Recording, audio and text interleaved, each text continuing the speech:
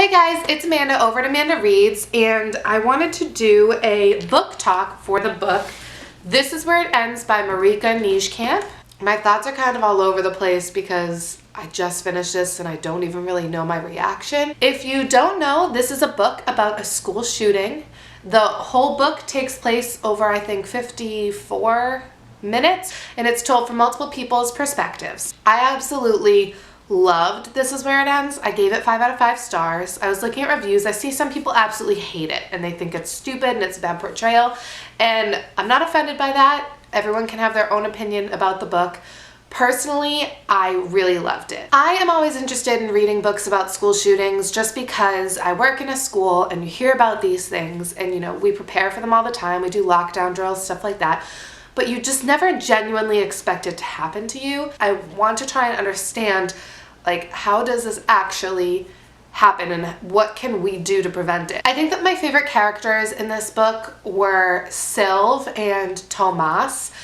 I love their relationship. I personally felt very connected to the characters that were telling the story. Not so much to Claire because she wasn't really involved in it, but when Matt got shot, oh my god, I totally cried. That's the thing, is I wasn't necessarily connected to all the people that were telling the story, but when they had someone connected to them die, it burned my soul. As I was reading this book, I was just saying, okay, don't let this person die, this person can't die, that person can't die, because I was getting attached to them. And then when they died, I was so upset, but at the same time I was thinking to myself, this is what actually happens. People that you really get killed in these types of situations, and it's not fair. And I really applaud Marieke for kind of just doing it like it would be done. I also didn't really understand why he shot Matt, because I don't really think it was an accident. He was trying to grab Matt out.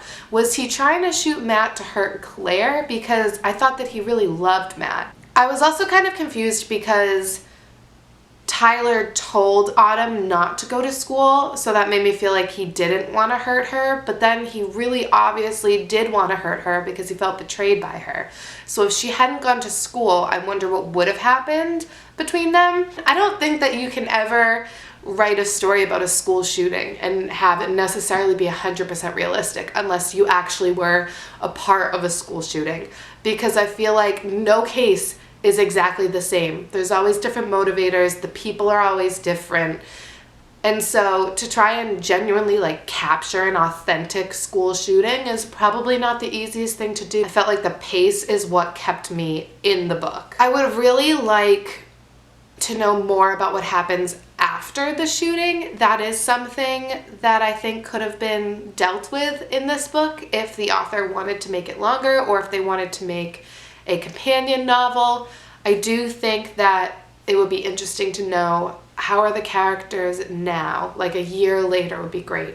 The ending absolutely made me cry so much when everyone went back to the school. Something I wasn't a fan of was on the Twitter responses, the anonymous person that was like, dude, you're making this shit up, blah, blah, blah. That wasn't really necessary. I just didn't like the snarky comments from the anonymous poster.